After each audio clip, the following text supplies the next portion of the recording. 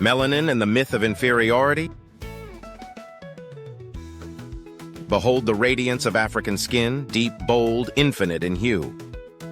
Once honored in ancestral portraits, now shadowed by colonial caricatures and mockery. But every shade tells a story that defies erasure and demands reverence.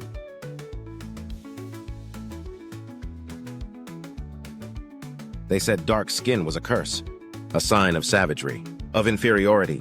But melanin is not a mark of shame. It is a biological treasure, a symbol of humanity's origin. Colonial systems rewired beauty standards, turning Africans against their own reflection. Colorism was the slow poison left behind, infecting hearts long after the chains were gone.